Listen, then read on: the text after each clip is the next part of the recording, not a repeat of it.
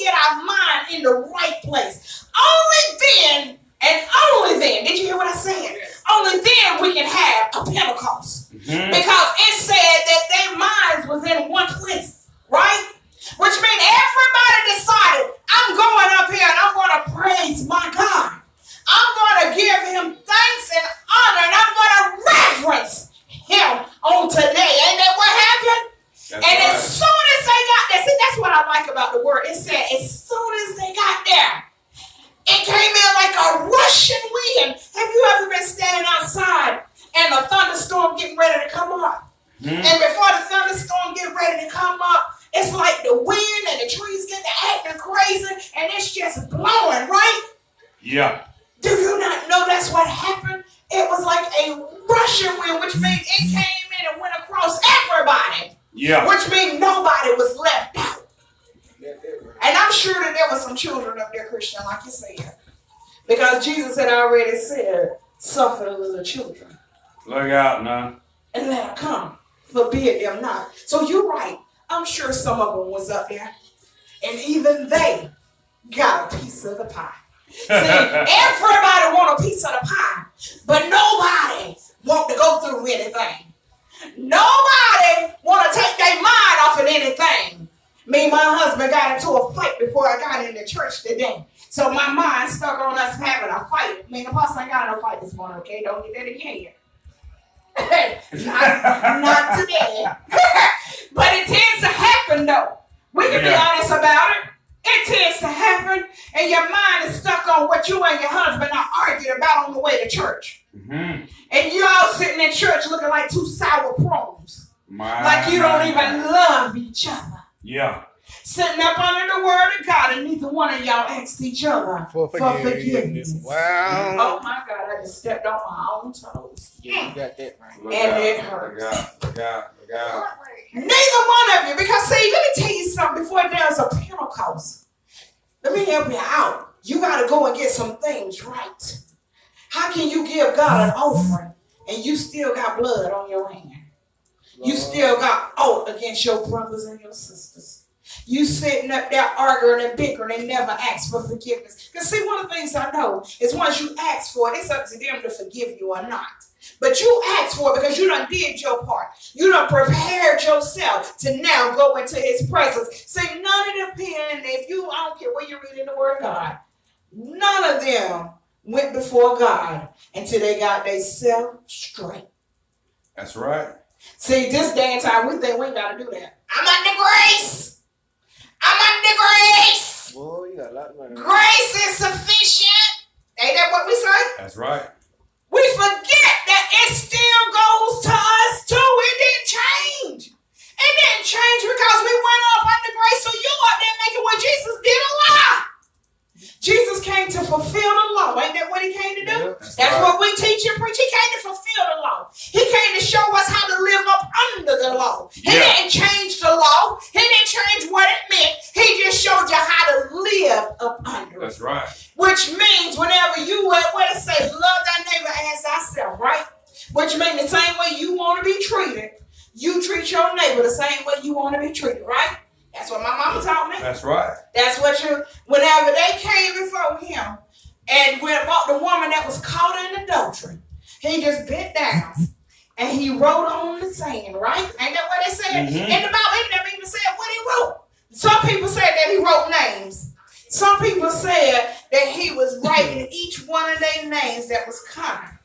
But the word of God didn't tell me he wrote anybody's name. It just said he wrote. But see, let me tell you something about anytime that you start talking about the Lord, each one of us see him and perceive him differently, right? That's right. So as Jesus was writing, and we know that Jesus was God as the Son, right? So that means he already knew what each and every one of these people that's bringing her, trying to bash her before him. He already knew what they did. So whenever they looked down in the sand, so let me go here. What did they see? Did they see their name in the sand? Because see, when you're guilty, you already know. Ain't nobody got to say nothing to you. Yeah. Because the guilt that's in you automatically makes you see yourself. Oh my God. I'm sorry, Apostle. I ain't supposed to be teaching. You all right. say that they didn't see their own name.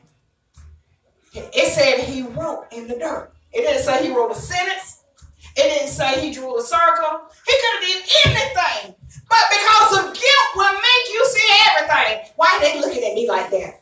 Every time I turn around, somebody always looking at me. I know they're talking about me. I don't know why they're talking about me. They shouldn't be saying nothing about me. I don't know why the preacher brought me up in the message today. Preacher ain't thought 2 cents about you. You get what I'm saying? Yeah. Jesus stood up and said, he who without sin, let him cast. Let him cast the first stone. They started backing away. They didn't run. They were smart. They knew not to turn their back, but they didn't know what he was going to do. They said, now this man done healed the sick. He done healed the blind. Don't let me turn my back on him, because you know how we do.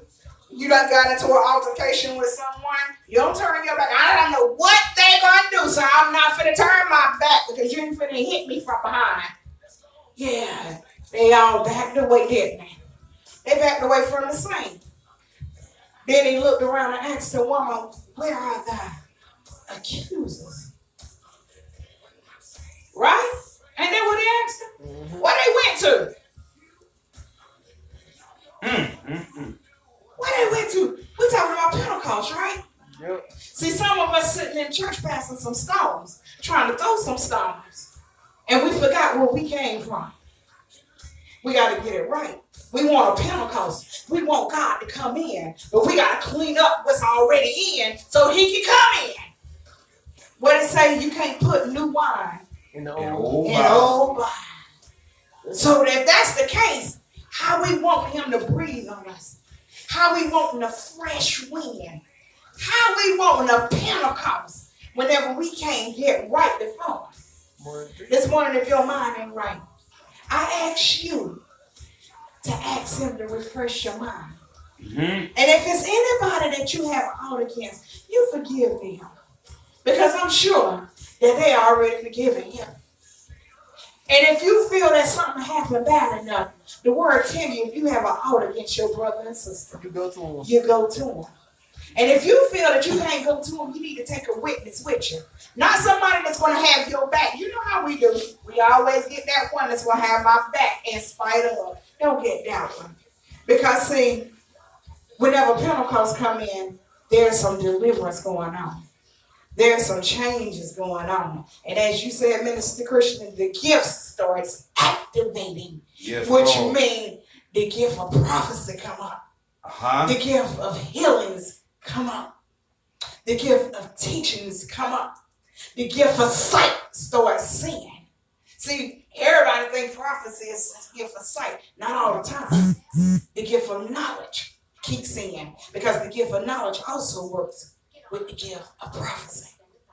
See, whenever we realize these things while we are trying to prophesy these houses and stuff, we can give people the real thing. So now that all the gifts are starting to have to come up, which means now we all know how to operate together, not showboat, not overstep, and not try to downplay. Because of the fact we all know that these things are done in part, which means each one of us have a part, which means we all play a role in the body of Christ. We thank God for the Morning Institute. Great job, Minister Christian. I'm excited this morning. I'm excited because, see, Pentecost don't have to be every 50 days. Pentecost is any time the Spirit comes in. Am I right, Apostle? Mm-hmm. Anytime he can come in and he can move freely. And all the gifts, oh my God. And everything that's a part of him can now be activated in all of us. Now we're having a Pentecost, which means he can flow. As everybody say, I got rivers of waters flowing. He'll flow like the rivers of waters. Mm-hmm. But it'll be not just the rivers of waters in one, but it'll be all. Because, see, that's what we give him, liberty. We give him freedom. We give him free reign to do these things. You get what I'm saying? That's whenever we can say, oh, we had a Pentecost. Because on Friday, whenever you walk back in here, that's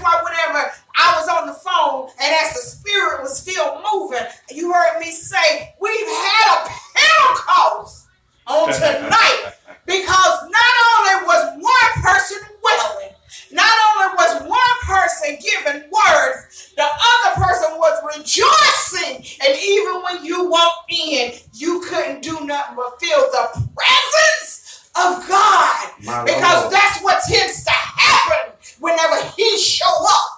It ain't one person that's feeling him. Everybody's going to feel him. So much so your sister kept peeking around the corner trying to see what was going on. Yes, it wasn't nothing but the Spirit of God walked in. That's right. That's right. And whenever he stepped in, he didn't just step in here. He stepped in on the other side of that fault in North Carolina. And he showed up. And he was able to start working. And he was able to say, I'm in two places at one time.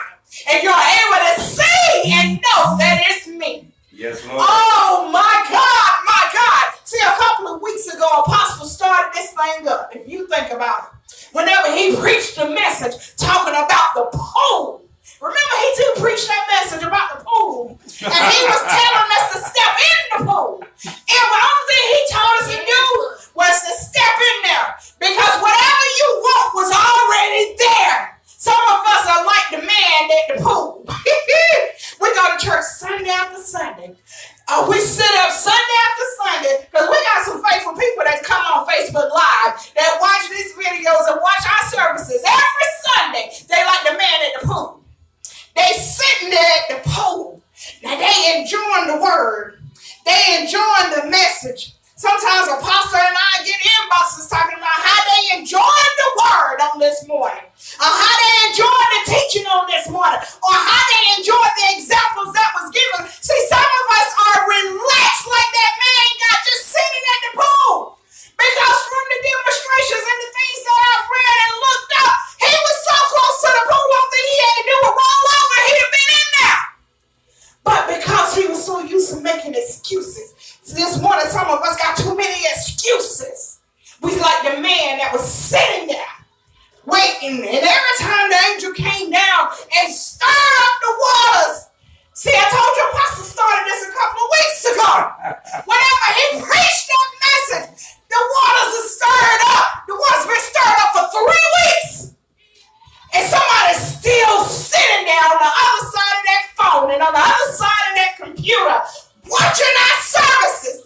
And so close, and the only thing you got to do is get in your car to go to Lawrenceville and pull up outside that White House and go into the great room that's already been set aside for God's people.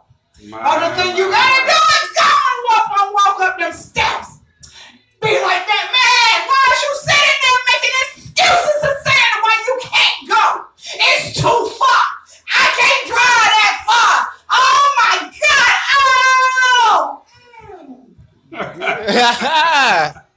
Oh! Ain't Pentecostal Sunday?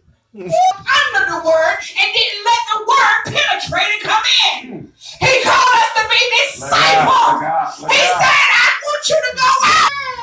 I love you, Mama. There's work for you to do. He's telling you there's work for you to do. He's calling you to the work that he's called you to do. And yet you're still sitting there like the man at the pool. Oh my God. Just sitting there making excuses. The angel coming down, stirring the water.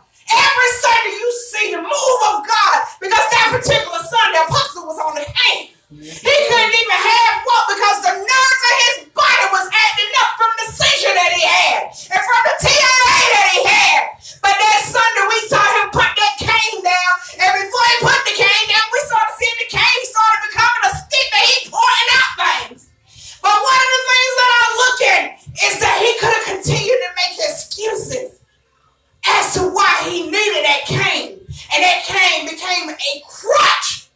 How many of us are allowing church hurt to be a crutch? And then they try to hit me with it. How many of us are allowing people to keep us out of where God is calling us to go?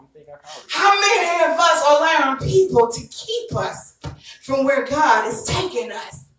A whole lot of us, we like that man at the pool. We just giving all types of excuses. But one thing about it, whenever he finally got in the water. Yeah. See, you can't get nothing from God.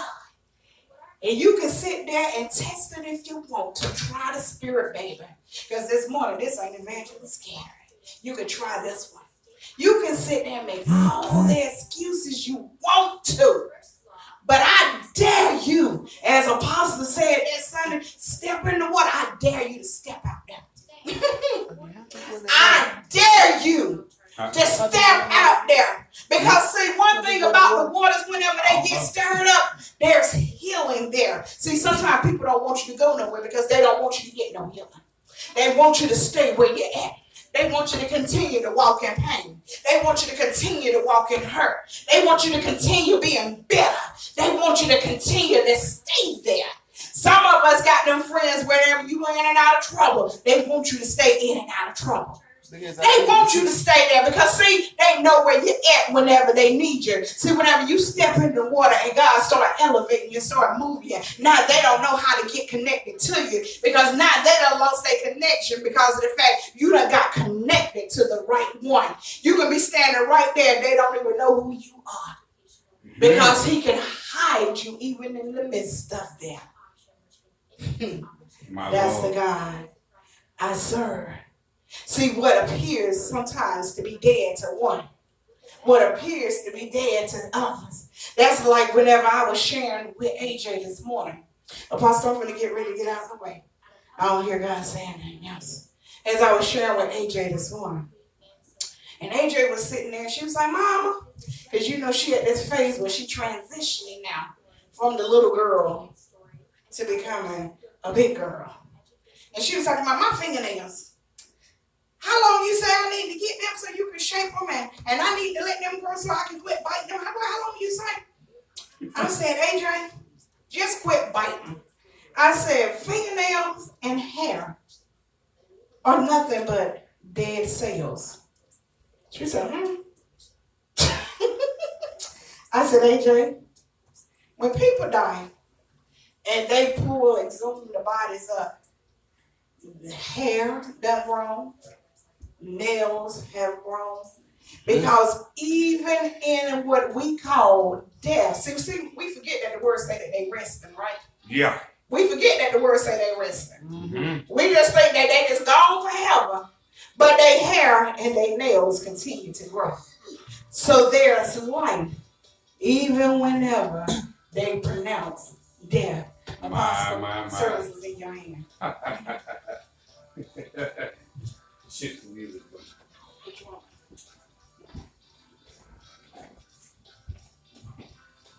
Amen. We thank God this morning. We're grateful. We're grateful. We had some transitions this morning. I don't know why. For some reason, the internet wanted to act up and wanted to go out while the teaching was going on. But bless God, the teacher continued to teach. So we're grateful. It is Pentecostal Sunday, and he did an awesome job in bringing forth the teaching this morning. We thank God for all that has been done and all that has been said.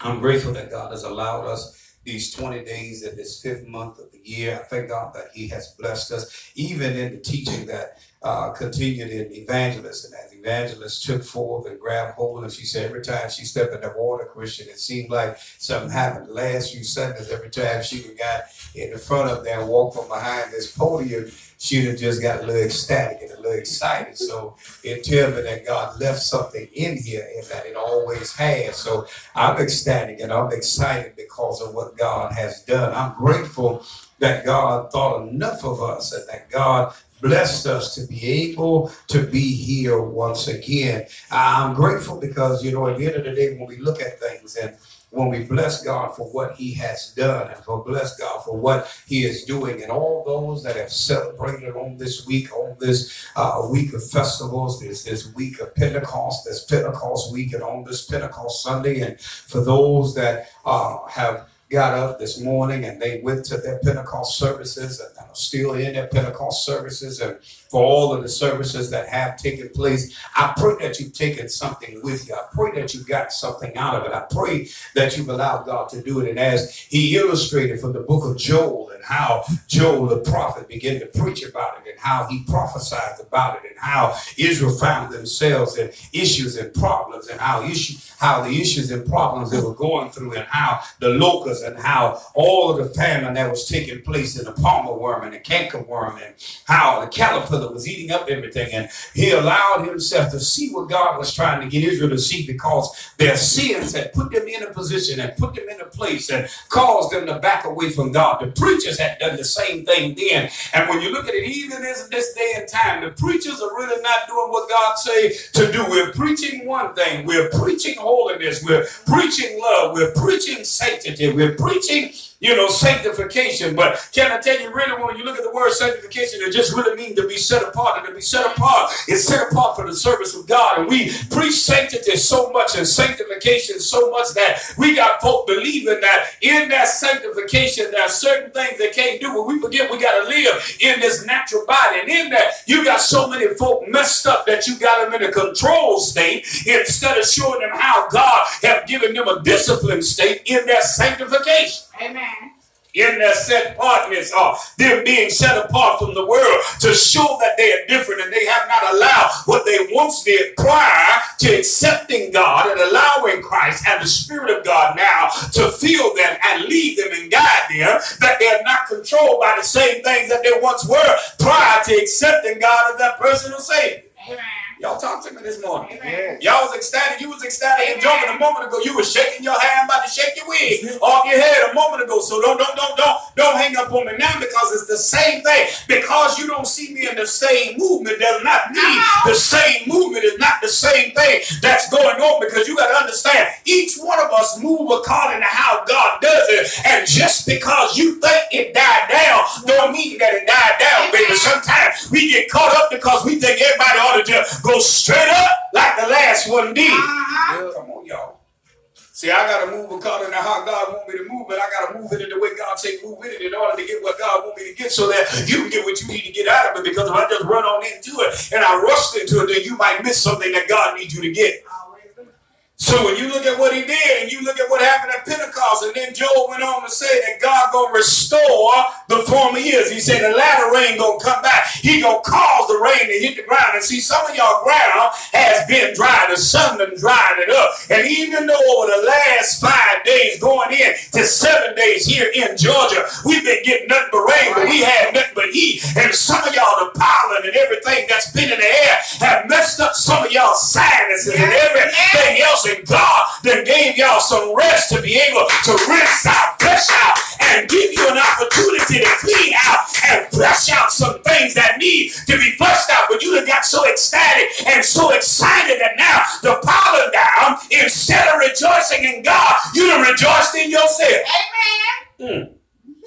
Somebody catch that in the morning. What that got to do with Pentecost? It has a lot, because see, when God said that he was going to pour out his Spirit upon all flesh, he said that was future tense. He said, what I'm going to do first, I got to restore some things in order for them to be prepared for. But in order for it to come, he said, what you got to do first, you got to repent first of what happened. He used what took place. And see, God has been calling us with all of the disasters that been going on. My killer whale been erupted for quite some time. And even in Hawaii, I haven't heard one newscaster that interview anybody yet that been calling upon the name of the Lord. I can't say that it hadn't, but everybody that interview been worried about what they're losing, what they're going to lose, and how much they lost, and what they had already worked for now is gone. But ain't nobody telling God, thank you for what you gave me, and I'm waiting for what's getting ready to come.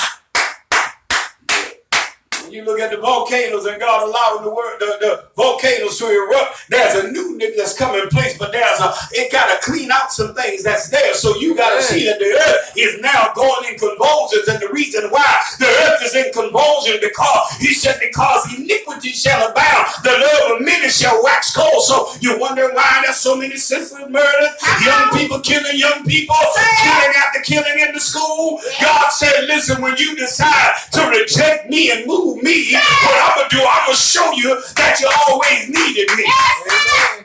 When the opportunity was there for you to put me back in, even in your Congress and in your government, from the White House all the way down to the small house, and when you removed the outhouse and now you brought it in the house, you still put me out the house. That's it. Y'all gonna catch it sooner or later. It ain't about rhyming about anything, but it's about getting you to catch it, because, see, Pentecost is about bringing us together, because before the Holy Ghost could come in, they had to come on one accord. That's it. So God said, Joel, I need you to take this opportunity and point it out to him. He said, look, I've been trying to get them to see it because during the time of Elijah and Elisha, because he was doing that time and he knew them, he understood them, he saw what was going on, and yet the people still wouldn't come together. And in this same time, the men and women of God that are still giving the true word of God, you don't want to hear that because you want them to tell you that what tickle your ear and tickle your fancy, that make you feel good for a moment, that fill you up just for that moment, that make you feel high. Yes. Then you drop down real low. Come on. Then you ain't got nothing to sustain you. But when the Holy Ghost is really present, it sustains you. Even when it look like you ain't got nothing, and it causes the nothing that you got to still permeate and still satisfy and hold you until what is really tangible comes in, because the untangibleness of God, which you cannot physically touch, that's untangible. But what's tangible is what you can reach out and touch. He causes that to look like it has been extended, and though it has not ran out. Come on, y'all. Somebody catch that. Come on, man. Y'all catch it in a minute. Come on. So he said, Joel, I need you to tell them. I need you to get it. I need you to let them see. I need you to help them to understand, because until they decide to recognize what it is that I've allowed to take place to get there, God been trying to get our attention since last year. Yes, Throughout this year, he's been trying to get our attention. And here now you got all of these murders and killings going on that has taken place, and we still ain't get it. Started off with the White House shootings and all of this, what the Congress members and what have you, and yet we still ain't get it. Come on, y'all need y'all to get it. Somebody catch it sooner or later. Now you see all the scandals that are going on within our political realm. Whether it's in the mayoral houses, whether it's in the White House, whether it's in the Congress. God have allowed things to be as it is to get our attention so that we can come back to God. Saved folk are sitting in these high-powered positions where God allowed them to sit, but they have not taken their position as God has allowed, in order that ought to be set as it should. Love be carried out as it ought to be carried out. Even though it's written as it is, it still should follow God's law. Lord, that man's mandated law that has been instituted, that is governed by the law of God, which calls the governing of the men and women in the land to be as God said it ought to be. Say it. Y'all catch it out the wild. So y'all want to be profoundly prolific. Y'all want to have the prophecy given, but you don't want to understand how prophecy is being fulfilled every day. And not only is it being fulfilled, but it's being preached to you in front of you. Because you got to have it said a certain way. Because it got to fit you a certain way. Because it got to fit how you want it to fit. If it don't fit how you want it to fit, you don't call it prophetic. So Joel had to tell the folk. Joel had to get them to see. Joel had to help them to understand. He had to get them to see the same thing Elijah and Isaiah had them to see. Amos had them to see. He had to get them to see what all of the other prophets had to see. And God said, listen, here now. Former things are gone. But if you would come back to me and you would have a repentant heart, if you would rent the veil from your heart. He said, don't rent the veil in the temple yet. Because see, y'all want to go to the temple, run to the house, and you want to stand up, you want to bow down before the altar, you want to call these big old altar calls, but nobody's heart has changed. That's it. What you talking about? You put it on the thing, we're going to talk about barren, but yet fruitful. Yeah, we talking about Samuel. I'm talking about some of y'all barren right now. You got pockets full of money. You got good jobs. Your house is fine. Riding around in your car. Your clothes are not raggedy. Shoes have not worn out on the top nor the bottom. Soul looks like it's brand new.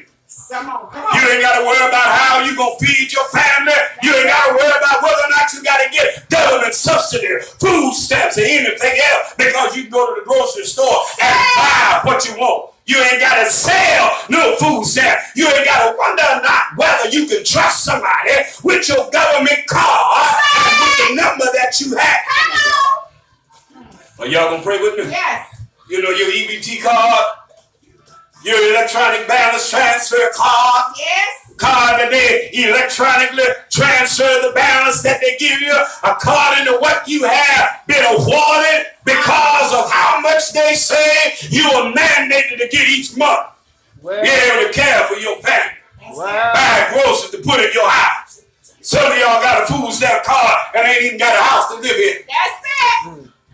What does that have to do with anything barren but fruitful? See, God sometimes allows you to be fruitful, but you don't even know how to use the fruits that God allowed to come in. God allowed your ground to constantly, continually produce. But when He caused the cankerworm to come, Oh my God. when He allowed the locusts to fly in, Oh yes. when He allowed the palmer worm to begin to eat it up, when He allowed the heat to dry up the source of water that's there, and cause the land to no longer produce seed, then now you have seed for what you sow. Yes. Y'all gonna pray with me? Yes, Lord. Well, I'm getting ready to go home because see, you got to understand this thing. When you look at the thing Pentecost, because Pentecost prepared you to be able to be cleansed. Here it is 40 days after Jesus got up from being in the grave, and now He tabernacled with His disciples for 40 days after His resurrection, being seen of men and brethren for 40 days, some 500. He got up and taught, gave some more instructions, and took a cloud, went back to heaven, seated at the right hand of authority.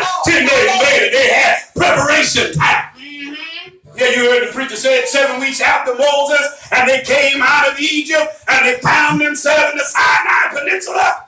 God gave Moses the commandments. Yes. 5 books of Moses, written and given instructions on how God created the world, Yes. how God established His people, how God picked the land, how God gave them a law, what that law was, what that law was to do, how God established worship. Oh, y'all want to pray with me now? I established the priesthood. Yes, He did. I established the sanctity, how He wanted us to govern ourselves inside His house. I just went from Genesis, Exodus, now I'm in Leviticus. Then how God saw that His people were not acting right, and He numbered them, and how He put them back in order. Oh, y'all agree with me now? Setting them aside to give them their inheritance. Oh, y'all agree with me? Y'all to walk with it this morning. Then as He caused them, because some of them would not believe what He said, they had to die out. Some of y'all died out right now. That's why y'all barren. That's why some churches are barren. That's why some ministries only have 2, 3 what's the people there. Wow. Because God needed to be barren, because some folks just had to die out. Yes. And carcasses had to lay on the ground. Wondering why it's still been 5 years later and it's still the same folk that's there, because some of them have not finished decaying in order to fertilize your ground. Come on. Oh, I hear you, Holy Ghost. That just came hot off the press. See, some folk take longer to decay because they had a little bit more mess left in them, and their families were just a little bit larger, and the things that they had brought along with them, and the mess that they had stirred up, and the attachments that they had along with them, and what they were attached to inside the ministry that they were part of, it still had to die. And it took a lot longer for God to get it all out, because you didn't know what they were connected to. Are y'all gonna pray with me? Yes. Wow. That's why God had to allow it to in Genesis, when God had Moses to say how He started it, how He created it, how He begun it, how sin came in, how He got rid of it, how He reestablished it, how He chose His people. Those that He recognized that would serve Him in spirit and in truth. Even before John said, they that worship me shall worship me in spirit and in truth. God had already had Moses to pre-establish and preordain and set it in order, so that when it had been written and said, you understood how it began. Oh, Yes. somebody come on, barren but fruitful. And Yes. see, some of y'all, God wants your womb to be barren. That's why some women only were able to have one child, and some were not able to have none at all, because their womb was not prepared to be able to carry a child, but their mind was set to be able to raise a child. That's it. Come on, man. Come on. See, not everybody is able to carry it, but they know how to carry. They know how to carry on. They know how to rear. They know how to build. They know how to teach and lead and nurture and feed them, where some are just a carrier. That's it. That's all they know how to do is carry the child, and God knows those that can mother a child. God knows those that all they know how to do is plant the seed, but He knows those that know how to cultivate the seed. That's it. I need y'all to get it. Somebody gonna catch it this morning. Yeah, we're in a moment of trying to get everything out that God needs me to get out. You go to the book of Samuel and you'll see how Peninnah and Hannah, they had had some problems, and how Peninnah had a problem with Hannah, and how Elkanah, he made sure that his favorite, which was Hannah, that was barren. Talking about Samuel, y'all. See, some of y'all, God had, you go to 1 Samuel, that's where it is. That's where the beginning of it is. That's where the first now known to be and called out prophet was, but Moses was the first prophet. Come on, y'all. Check it out in Deuteronomy. Let me back up just a little bit because I need you to get it, because as he established it in Genesis now, he began to bring them out, because see, sometimes you find yourself in position because you won't follow what God said. In Genesis, he established it. In Genesis, he set it in place. In Genesis, he set the battle in what it needed to be. In Genesis, he began to put everything in the order that it needed to be in order to get us where we are now. In Genesis, that God had Moses to pin down. If you really want to look at you theologians and you theologically sound, theologically correct, and you're politically sound, politically correct folk, and you really want to see the spiritual insight, look at what God did in Genesis. He established everything back. What the church would be like. He established it in the family. Yet families don't want to be as families should, because we want to be of the same. Instead of the opposite. That's it. Purpose for being opposite, because there is fruitation and fruitfulness in opposites. Yes, sir. Even in opposites, you still want to be a whole family where you go out and get somebody to fruitate you and implant in you and now seed in you, while you try to rear it and still cause problems in the family. That's it. That's Genesis.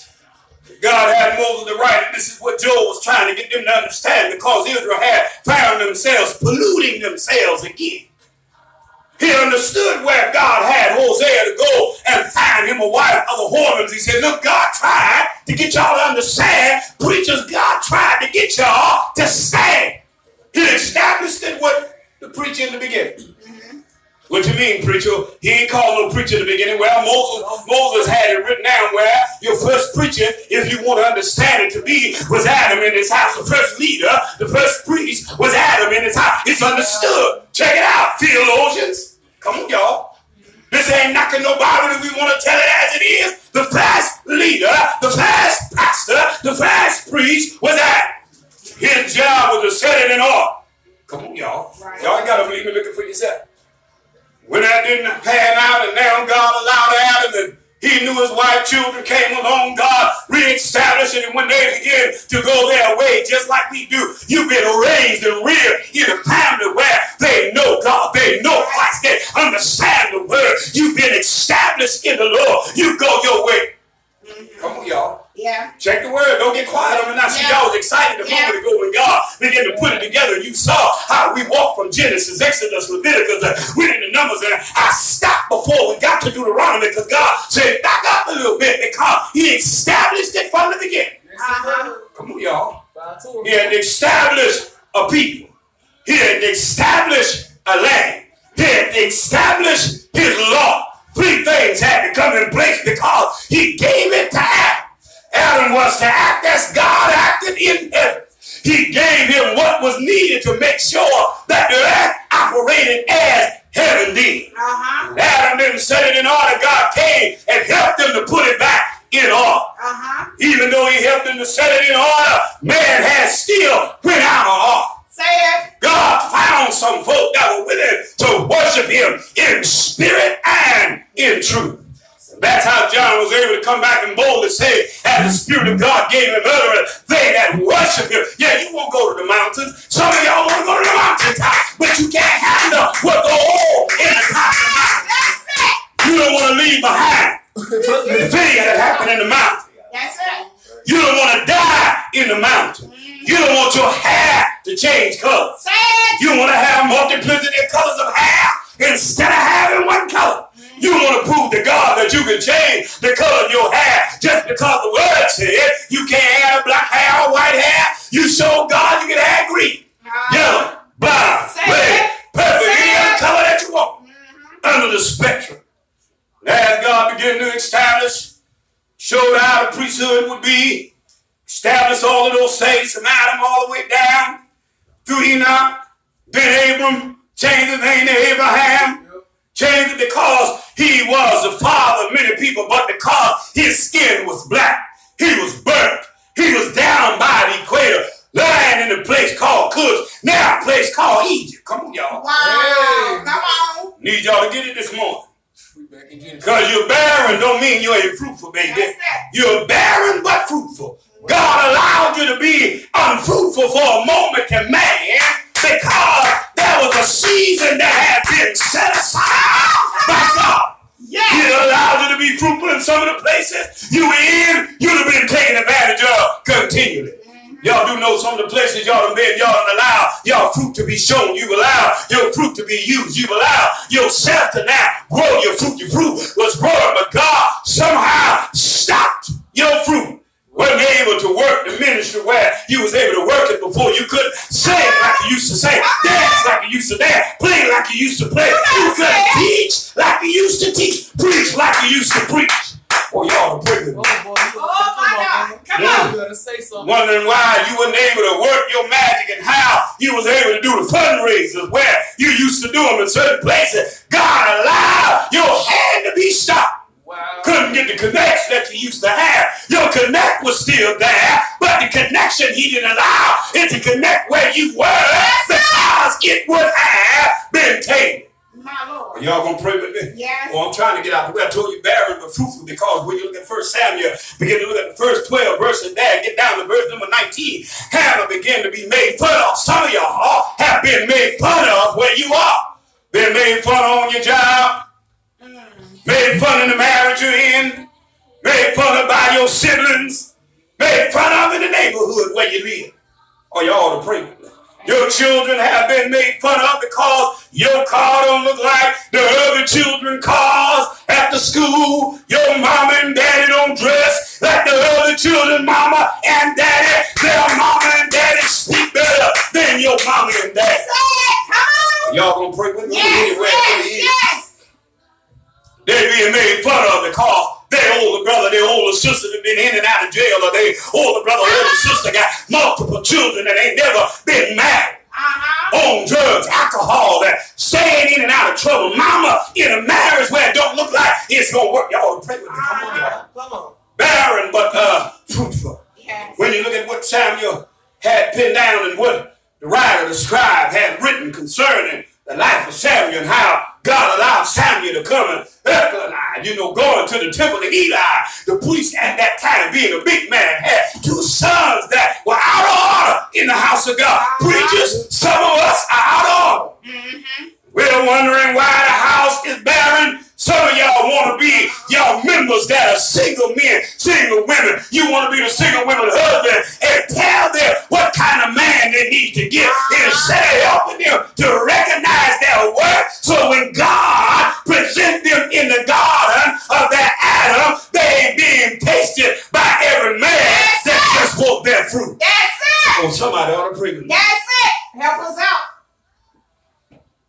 Trying to get out your way. You better pray. But I need us to understand barren but fruitful, and we're wondering why our kids are doing what they're doing, because mamas don't want to be mamas no more. We want to be the best friend of our children. Daddies don't want to be daddies no more. We want to be ourselves, best friend. We want to roll and we want to do everything that they're doing instead of really. It's all right to be friendly, but you got to know when to back off. That's it. When it's time for you to take a stand and be now disciplinary, you can't, because they hold you to your word.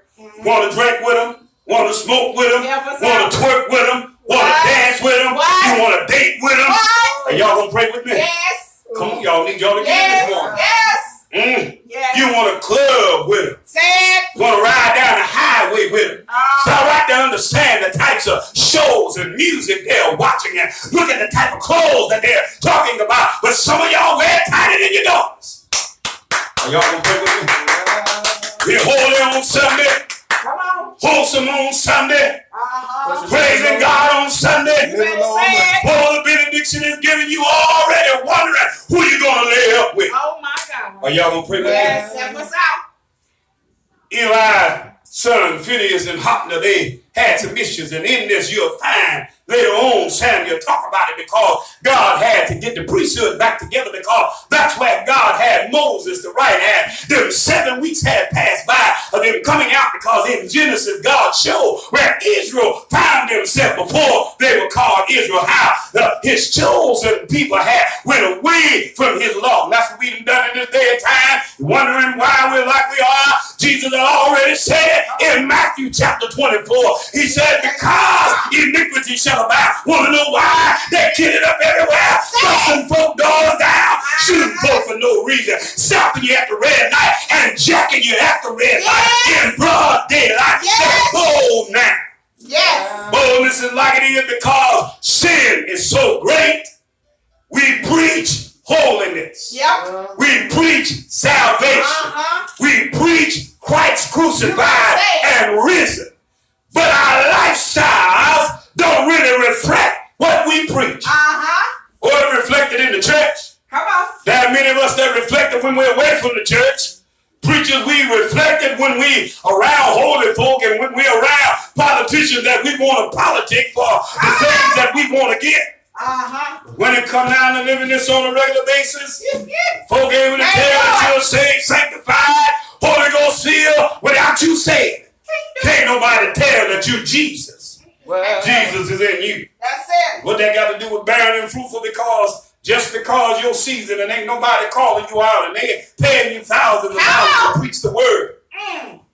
You ain't all over the United States and all over the state you live in the backwoods or in the main churches and on TBN and on all the national Christian channel. Just because you ain't there, baby, don't mean the word that God gave you ain't as powerful and qualified and quantified and anointed as the one that's doing it. Come on, y'all. Sometimes God don't want you to be in the spotlight to be saved, because the spotlight will spot you and cause you to be spotted. That's it. Barren but fruitful. So look at the text, and when you look at the text and you read it for yourself, I'm just paraphrasing the story. I'm expounding upon it. I'm giving you an expository message, because as it go on here now, she'd have been made fun of, and she said y'all being made fun of, and that's what happened. They made fun of God's chosen people, because Abram said, I gotta leave my folks. See, some of y'all, God trying to tell you, I hear your Holy Ghost, God done told you, leave your mama church, leave your grandma church, go where I tell you to go. Because I'm real. They made me and they worshiping the benches. Worshiping the ground. Yes. Worshiping the podium. Worshiping the communion table.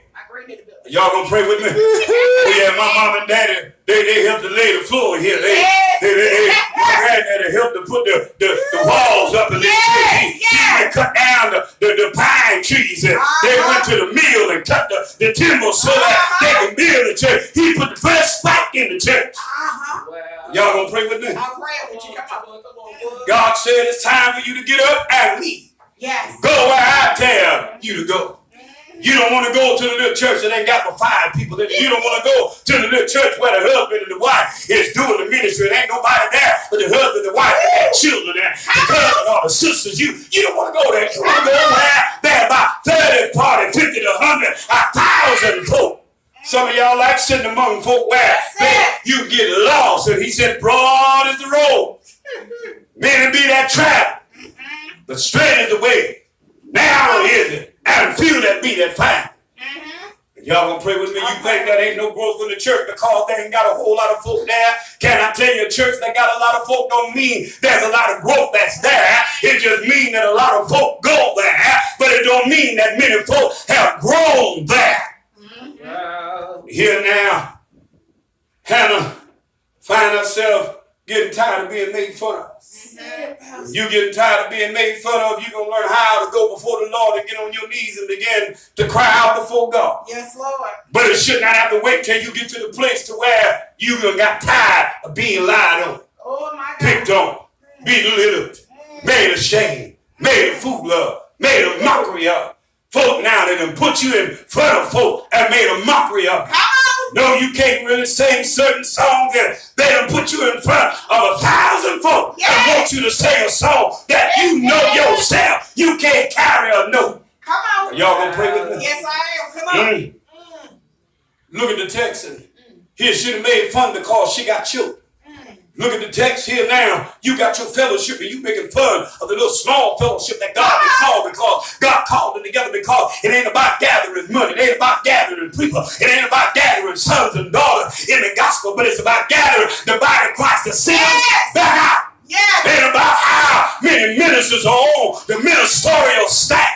It's about how many go out, go ye therefore into all the world, preaching unto all the world, baptizing in the name of the Father, the Son, and the Holy Ghost. It's about going out and discipling men. Yes, teaching men who Jesus really is. Yes. Do you really know him today? My God. Yeah, you might be barren right now. Your womb may look like it's been sealed up. It's been 5 years, 20 years, 30 years. You've been preaching and pastoring in the same place. God told you to pick up and leave. God told you to leave before destruction came, but you still tried to preach. You still tried to pastor. God told you shut your business down and move to another place. You still tried to operate your business. That's it. God allowed the IRS to come in. He allowed the state to come in. Yes. He allowed things to happen where robbery came in. You got robbed a dozen times. It wasn't because God wanted you to be robbed. God told you to pick up and leave. Shut the shop down. Move out of the neighborhood and go where he told. I hear you, Holy Ghost. See, we wondering why all these businesses been robbed in the same place. Or they comfortable where they are. But the Holy Ghost been telling a lot of y'all to get up and go. You done got comfortable in the place where you are. You done built your immaculate buildings and you done built your beautiful edifice, and you just like the gate called beautiful. That's right. At the hour of prayer, lame folks sitting at your gate, sitting in your church, walking around and ain't crippled no kind of way, no withered hand, no crippled leg. They ain't even got wheelchair and canes, but their spirit man is crippled. They still dealing with incest, still dealing with homosexuality, still dealing with mental diseases, still dealing with spiritual decay and decrepity, because where they came from, you still have not helped them to heal. Or you preach them happy. Yeah. Or you place them where you think they ought to be. That's right. Or you giving them something now to occupy their time and their mind, but they still emotionally in disarray. That's why they're barren. That's why some of our churches are all in the state that they're in, and our land is in the shape that it's in. Our cities are in the positions that they're in. Our politicians are the way that they are. Some of our leaders are the way that they are. They're barren, but God gave you fruit, and the only way the fruit don't come is if you repent. That's it. Win your heart. In other words, change the way you think, baby. Change the way you feel about it and see it the way God sees it. That's it. That's what Joel was trying to get them to see. And that's what happened on the day of Pentecost. That's why the Spirit of God didn't come until thousands of years later, till Jesus came on the scene, till the blood of the Lamb that had already been slain. That's why in the text, she got tired. They were sitting down eating. She left the table. Her husband said, "Where you go?" She got up. She had a larger portion. And see, some of y'all try to give certain folk more work than others because they may not have the gifts or the abilities, or their churches may not have all what other churches have. They may can't speak in tongues. Can I help somebody today? They may can't lay hands and produce miracles. That's it. Don't look like they got miracles and don't look like they got healing, and don't look like deliverance is taking place because ain't nobody waddling on the floor. Can I tell you, if you look at how Jesus called healing to take place and deliverance to take place, ain't nobody waddling on the ground, baby. Sure did. Are y'all gonna pray with me? Sure did. The young man that was in the tombs, he didn't waddle on the ground. All Jesus did was spoke to him. Spoke to the demons and the legions that were there. They got up and left. And immediately he was restored. Yes, Lord. Can I tell you today, word of healing sometimes is just a word that is spoken. Sometimes you got to speak to the demon. You ain't got to lay hand, throw water, wear them out with a bunch of oil and push them to the ground and beat them down. Sometimes it's a simple word. That's right. You ain't got to choke nobody. The Holy Ghost is powerful enough to do his work. Yes, it is. He don't need you to fight for him. He'll fight through you Yes. by just a simple word. Sometimes all you got to do is throw your arms around him. And while he protecting you, he's delivering them at the same time. Y'all gonna pray with me? Oh, my God. Going home now because barren the future of this woman found herself now on her knees in the house of God. Some of y'all right in the house where you are, right on the job where you are, driving down the highway where you are. You ought to get on the knees in your heart and begin to cry out before God. Yes. While you're crying out, your lips ought to be moving, but no words ought to come out because it ought to be in the sanctity of your heart, of your mind. Eli looked at her and thought she had been drunk because while they were offering the drink offering to God and they were pouring it out before the Lord, he thought she was drunk.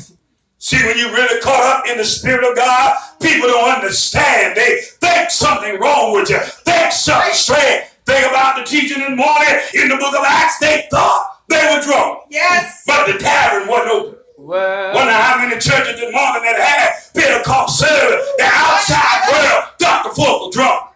Wonder how many folk walked out of service this morning and were riding down the highway and folk were wondering what's wrong with them. Why are they acting the way they acting? Yes. Why are they carrying on so strange? Why are they talking the way that they talk? They're not seeming to be themselves. They beside themselves. When the Holy Ghost really show up, you ain't gonna act like you, baby. You ain't even gonna look like you from the eyes on out. That's it. And that's what happened when she found herself on her knees and getting a call on the name of the Lord. Thank you, God.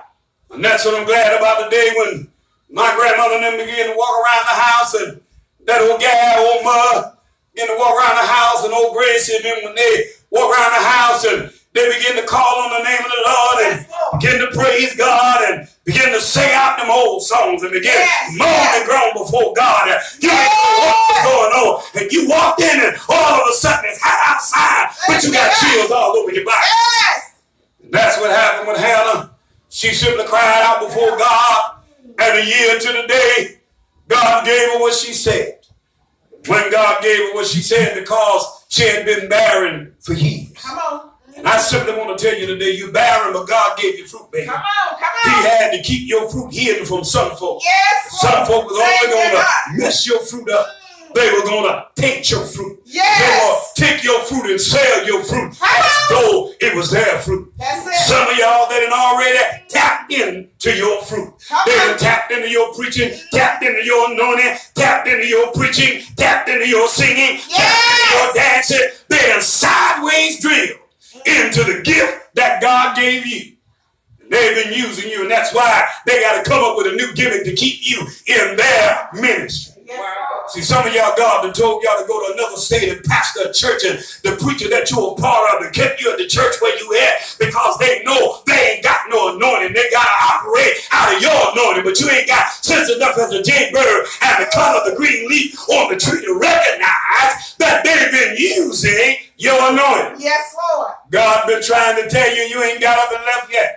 And all of y'all got all these excuses as to why you can't get up and go nowhere.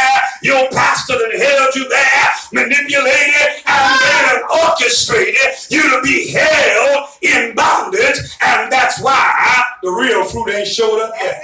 That's it. That's why your house the way it is. That's why your church the way it is. Yes. That's why your finances the way it is. That's why your marriages are the way they are. That's why your friendships are the way they are. That's why God have allowed your neighbors to be the way they are. That's why your jobs are the way they are. Because you have not heard and listened to God. Yes, Lord. Now I'm going to tell you today, as I hear the Spirit of the Lord say, you need to step out, cut off, move forward, and now build what God said build. Yes, Lord. Step out, cut off, move forward, and build what God said build. Amen. Now, if you still stuck where you are, your marriage is still like it is, must be the truth. Soon to be marriage is still like it is. Relationship with your children is still like it is. Friendships are like it is. You can't manage your money the way you need to manage your money because you still stuck in the mentality of where you came from 20 years ago and who you used to be with and how you and your daddy, how you and your mama, how you and your ex used to do it. The reason why you in bondage is because you choose to be there. Amen. You're barren and the fruit is still waiting to come forward, but you're barren because you choose to be in the place where you are mentally, emotionally, spiritually, financially, socially, and physically. Amen. So I'm trying to help you today as I extend the invitation. We're going home. See, she was barren. She put up with it for a while. She did and was obedient as she was supposed to. She followed the customs of the land. You done follow the customs where you are. You done been obedient as God required. Come on. You done did what the leader done asked you to do. Yes. You done did what the boss done told you to do. Come on. You done followed according to what God said. You done obeyed God and the laws of the land. But God been showing you the laws of the land is what has held you hostage in bondage. And God is saying, now I want the world to see who I really created you to be. Amen. I need you to get out. So now that you done done that, you need to do as Hannah did. And see, Hannah didn't turn around and make fun of Peninnah. Hannah blessed Peninnah.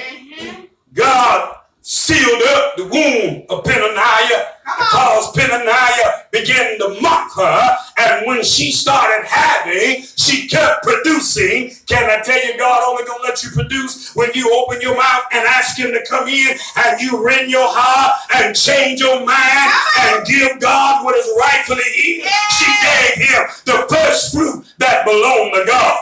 She did as God said to do, according as God said to nurture it, but she brought it back where it came from. Some of y'all made a promise to God. God, you give me this, I'm going to get it back to you, and you ain't gave it back to God yet, and you're wondering why everything been dying around you, wondering why you done had miscarriage after miscarriage, mental, emotional, financial, business, as well as babies. Oh, my God.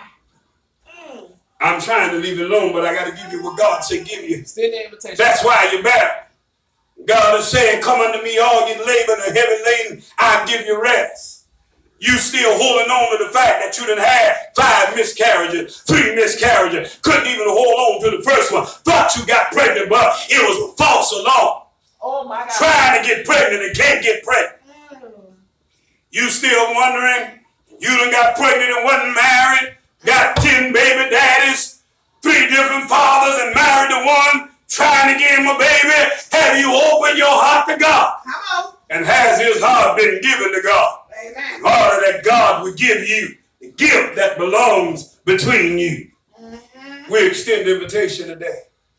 You done started a ministry, but did you start it the way God say started it? Did you apply what God told you to apply? Amen. Are y'all going to pray with me? I'm praying with you. He said, come. Behold, I stand at the door and knock. If any man will hear my voice and will come, I come and I'll sup with him. Said, take my yoke upon you and learn of me. Have you really learned of who God is? Or have you studied so much of what the world have put in religion, put in Bible colleges, put in Bible seminaries, put in seminaries? And that's all it is. And they cross-reference it with scriptures and they have made sure they put it where it is. You done learned the Torah. You done learned it what it was in the original Hebrew. And you still have not applied what God said because you still living unto the word. Amen. Are y'all going to pray with me? Yes. The doors of the church are open and they're always extended. God said, barren, but you're fruitful. You want your fruit to come forward? He said, rend your heart. He said, bring your heart to me. He said, open your heart to me. He said, change your ways. That's what happened on the day of Pentecost, 10 days after Jesus had went back to heaven. They were all on one accord. Is the church really on one accord? You're right, evangelist, because just because the Holy Ghost here don't mean he ain't somewhere else. But because it's Pentecost Sunday, can I tell you, if we all were on one accord at the various hours that our services were, can I tell you, the nation should have rocked. Yes. Volcanic eruption should have took place. Yes. Y'all praying with me? When y'all leave out these services, can I tell you, volcanic eruptions ought to take place in everybody you pass by. Whether you walking by them, standing by them, or driving by them, it ought to cause them to go in convulsion. And those that you pass by that are Christians, they ought to go into a shout while they driving and God take a hold. Amen. And shift the highway. Amen. Shut the highway down.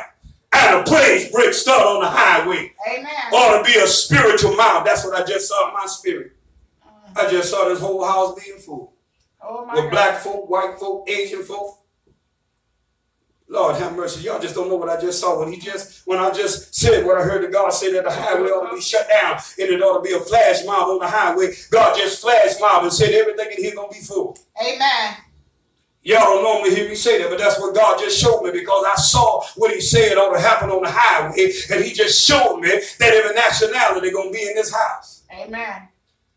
Barren but fruitful. I know that ain't the kind of preaching some of y'all used to, because y'all used to the preacher picking a certain text, and I asked God before I got up, what scripture you want? He said, follow what I say, go the way I say go. And by the time God did what he did with Moses in Genesis, in 7 weeks that led them out of Egypt into the land of where they were, going into the land of Canaan. Why? They were in the mount, in the Sinai Peninsula, in the Sinai desert, and Moses was on top of Mount Sinai getting the commands of God, and now iterating to them what it was, and had the scribes writing down what God told them to write. Moses wrote some, the scribes wrote the others, and as they pinned down and finished what God had Moses to say, God got to cut some folk out. Amen. But some of y'all still got folk dying off. Y'all thought God wouldn't finish with that, was it? I thought he was myself, but he ain't finished. Some of y'all got some folk that got to die out. That's why some of y'all ministries ain't grown yet, because they still got attachments, and those attachments are trying to reattach themselves and trying to connect themselves with other folk with like-mindedness of the same folk God caused to die and be put out of the ministry or left the ministry or cut away from the ministry. They still trying to stay connected to your ministry because they're feeding off of your ministry, and it's what causing their ministry, they think, to grow, because they're trying to be fruitful from your fruit. But can I tell you, you can't be fruitful from the fruit that God gave me. Amen. You can't be fruitful from the fruit of other people's ministry that God gave them. All you doing is drinking from their wine and speaking of their time. Exactly. So the doors are open. Doors are open. The Spirit of the Lord is saying, come. You thought you was barren. But can I tell you, God just opened your womb today. You thought you had no fruit, but all God did was hide your fruit right in front of folk. God moved you from where you were being fruitful at, and folk were just eating up your fruit, and you was not able to enjoy your fruit. You gave your fruit away, your mental fruit, your intellectual fruit, your spiritual fruit, your intellectual spiritual fruit, your emotional fruit, your physical fruit, your social fruit, your sexual fruit. Come on, y'all. Your financial fruit. You gave away your freedom fruit. And God saying I had to cut it off. I had to stop it. I had to make sure that you wouldn't continue to allow yourself to be manipulated, because the manipulator learned how to change his manipulation game to bring you back into the same types of manipulation in order to bring you back where you were, to steal your fruit. Some of y'all fruit been stole while you were asleep. You thought you had dreams coming from God, but the enemy knew how to mimic the dreams and the spirit of the Lord, and he stole your fruit. My Lord. Let him keep it. Stop going and get what the enemy stole. God meant for him to take it. God promised that he will restore what the enemy had taken. He didn't say he would give it back with the enemy. He said he would restore. He said he would send a new rain. He would bring the latter rain.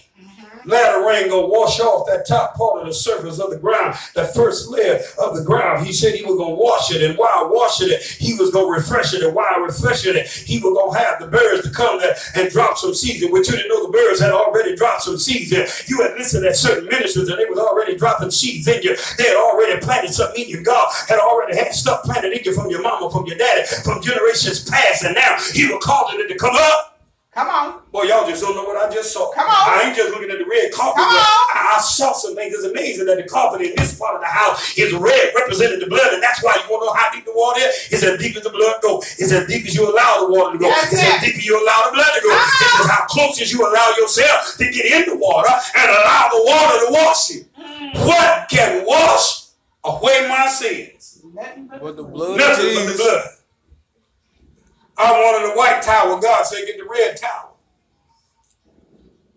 Need y'all to get it. There's significance in everything that God does. So we extended it. It's up to you to accept it. Listen, God bless you, barren but fruitful. If you don't get nothing out of this here, God done gave you what you needed. He done put the fruit in you. He done kept some folk from tasting your fruit. Other folk trying to get your fruit back. They done brought you back where they can play with your fruit. They can get in your fruit. They can taint your fruit. They can plant something in your fruit. They can harbor your fruit. God trying to keep you away from these folk, and you keep going back because you ain't got enough strength in your mind to hold yourself where God done brought you, because you too comfortable where you used to be, and you like where you came from because you know how to deal with where you was at, because you can't handle the new stress that's coming with the new place you at, because you haven't learned to discipline yourself in the place where God brought you, because he repositioned you. Because in this new position, the fruit that's going to come out going to give you everything that you've been asking for and everything that God showed you, but you so used to where you've been that you like where you were, and that's why some of y'all still better. Amen. Amen. May the Lord watch, may the Lord keep, may the Lord